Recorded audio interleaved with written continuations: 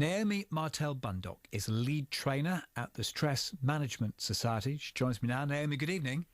Good evening, Mark. That suggestion then that getting out into nature, like the garden we heard about before, is a good way to de-stress. Is there anything in that? Absolutely. Fresh air, movement, natural light, all of those three make a massive difference both to our bodies and our mind. And is that true for everybody? Because one assumes de-stressing will probably be different for everyone. So it really depends on kind of where you're at and what state of stress you're in, if you like. But the basic premise of actually making sure that you're looking after yourself, that you're going outside, you're getting, as I say, that natural light, you're moving your body and not just being stuck in a chair or stuck behind a desk, that will make a huge difference, whatever de-stressing you need. Not always easy, though, isn't it? If you have a very busy and a very full life, you have family commitments, you have things that you can't get away from at work. Are there techniques that we can employ to de-stress in daily life situations? Absolutely. One of the things that we do when we go into organisations and companies and we train whole teams is we encourage them to encourage each other. So we'll get somebody to say, right, I need to just stretch my legs for 5 minutes. Who's coming with me? And if you can literally just walk outside that building for 5 minutes, that will make all the difference. Do you find when you go into companies then and deal with large groups of people that some are more prone to stress than others?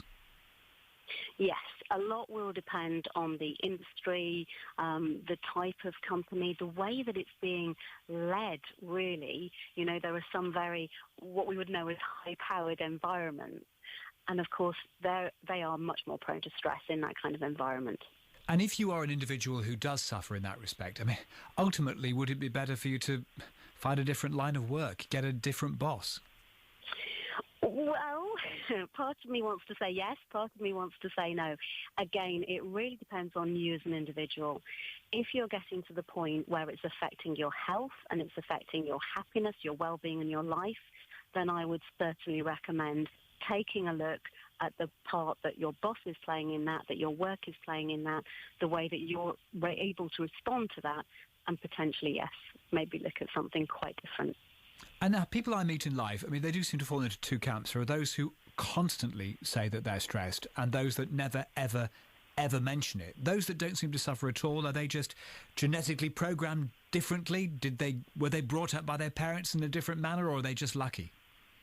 Well, I would always say never compare your inside with someone else's outside.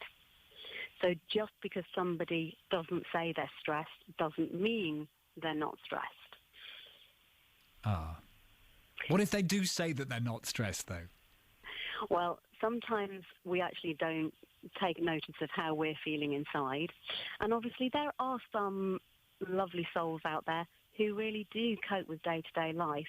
And that could be because there's their natural disposition, as you say, the nurturing environment that they've been brought up in, or it could be that they've taught themselves, actually, the things that are really important to me in life are, and whatever it is to them. And anything else, it kind of glides off, like water off a duck's back. The way you're speaking, you make me think that most people are in the former camp. They do, to some extent or another, suffer from stress. Well, I have to say, in today's world and in our society, there are huge amounts of people who are stressed, more so than not. And it's just very evident in the way that people are always striving for things. They want things, they're motivated to go out and get things, but they're feeling under pressure to get them. When life stops becoming fun, that's an indication that there's some stress there. Thank you, Naomi. Naomi Martell, lead trainer, or a lead trainer at the Stress Management Society.